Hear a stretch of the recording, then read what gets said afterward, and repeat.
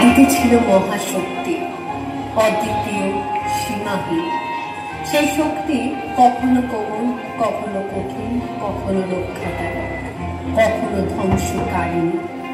বিশ্ব কল্যাণের জন্য তিনি নানান রূপ ধারণ করেন। সেই মহাশক্তির অবতারী মা দুর্গা।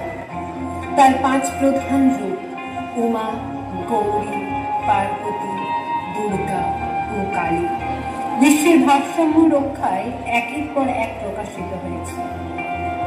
এই হল তার মহাকাব্যিক রূপান্তরের গল্প।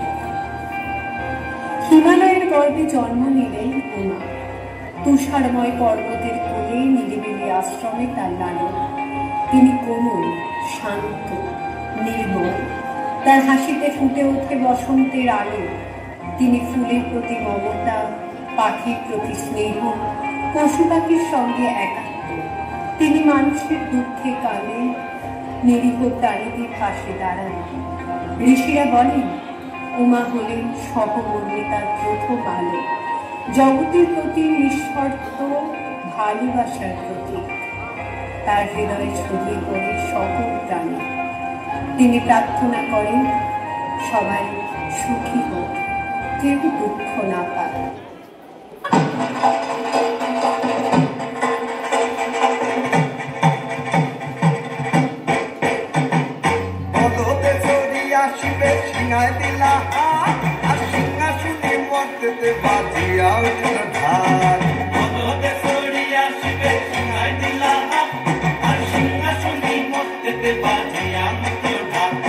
শিবের সঙ্গে কার্তিক গণেশ লক্ষ্মী সরস্বতী, শিবের সঙ্গে কার্তিক গণেশ লক্ষ্মী সরস্বতী। আশ্বিন মাসে বাপের বাড়ি আসেন ভগবতী, আশ্বিন মাসে বাপের বাড়ি আসেন ভগবতী।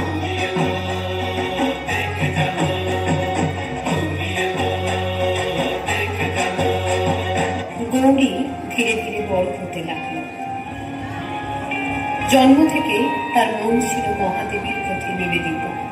তার হৃদয়ে শুধু এক আকাঙ্ক্ষা, শিবকে জীবন সঙ্গী হিসেবে লাভ করা। মহাদেব, যিনি কৈলাস পর্বতে ধ্যানে বিমগ্ন, সংসারের মোহ লীলার ঊর্ধ্বে অবস্থান করতেন। পার্বতী জানতেন তাকে পেতে হলে কেবল আকাঙ্ক্ষায় যথেষ্ট নয়, প্রয়োজন কঠোর তপস্যা, ধৈর্য এবং অবিচল প্রেম। শেষ পর্যন্ত পার্বতীর কঠোর তপস্যায় মহিলে তার আসল রূপ প্রকাশ পেল। অগ্নির মতো তেজস্বী, আবার চন্দ্রের মতো শীতল। দেবতারা, ঋষিরা, গন্ধর্বরা সবাই আনন্দে মেতে উঠল। এরপর বিপ্লবী ঐশ্বরিক অনুষ্ঠানে শিব ও পার্বতীর বিবাহ সম্পন্ন হল।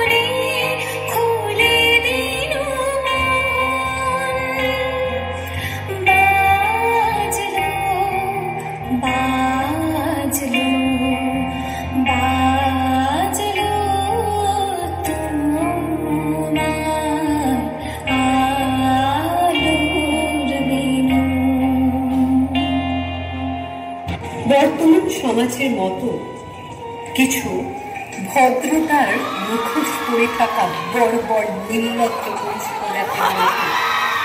অতঃপর সময় এল যখন অসুর মহিষাসুর তার শক্তি দিয়ে দেখল পৃথিবী সব গ্রাস করতে লাগলো।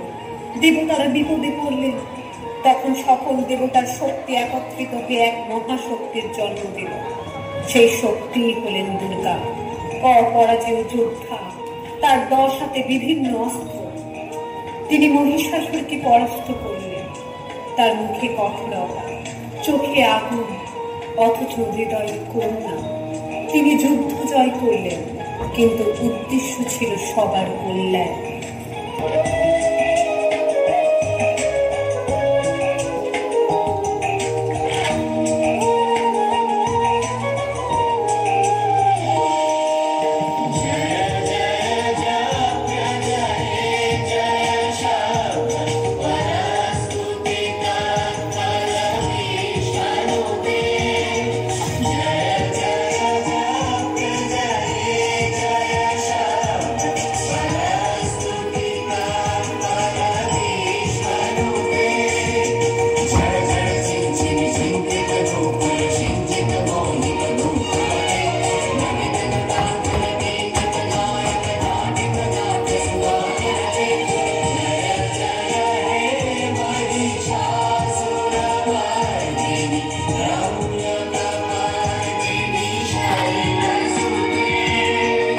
দুর্গা ঘোষণা করলেন, শক্তির ব্যবহার অন্যায় ধ্বংসের জন্য নয়, ধর্ম ও ন্যায় প্রতিষ্ঠার জন্য।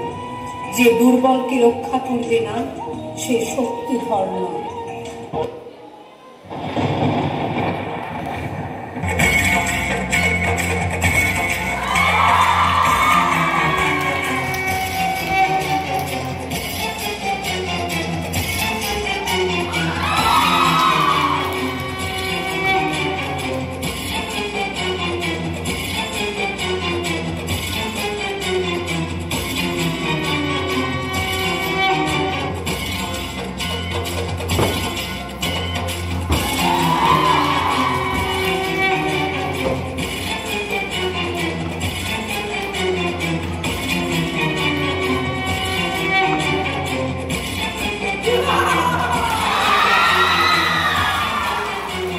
যুদ্ধ শেষে যখন অত্যাচার থামিল না, তখন দেবীর অন্তরে রুদ্র রূপ প্রকাশ পেল। তিনি হলেন কালী। অন্ধকার ছিন্ন করে আলো ফিরিয়ে আনেন। তার জিভ রক্তে রঞ্জিত, চোখে তীব্র জ্বালা, কেশ উড়িতেছে। তার হাসিতে আছে ভয়ঙ্কর শক্তি, তার পায়ের নিচে সাহিত্য অজ্ঞানতা।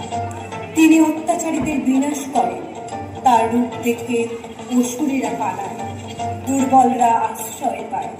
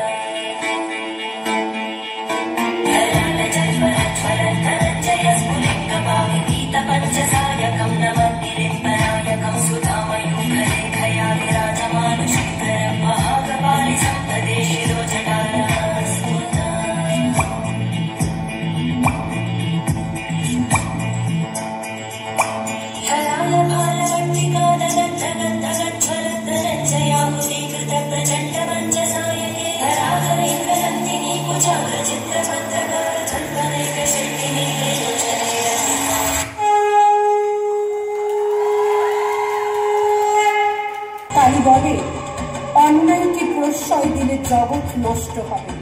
ধ্বংস কখনো ভয়ের নয়, এটি পুনর্জন্মের পথ। ভয়ের মুখোমুখি হও, তবেই মুক্তি।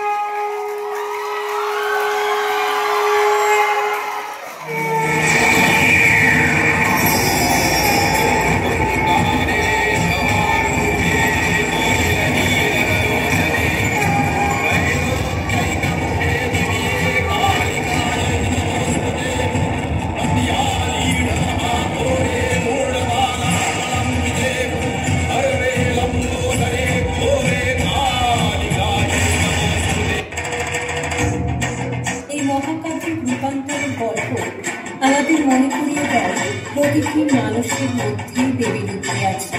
কেউ উমার মতো কোমল, কেউ পার্বতীর মতো দীর্ঘ, কেউ দুর্গার মতো সংগ্রামী, আবার কেউ কালীর মতো নির্ভীক। এই শক্তির আরাধনা যুগ যুগ ধরে হয়ে আসছে আর হয়েই যাবে। তাই সবাই মিলে বলো, নারী শক্তির জয় হোক।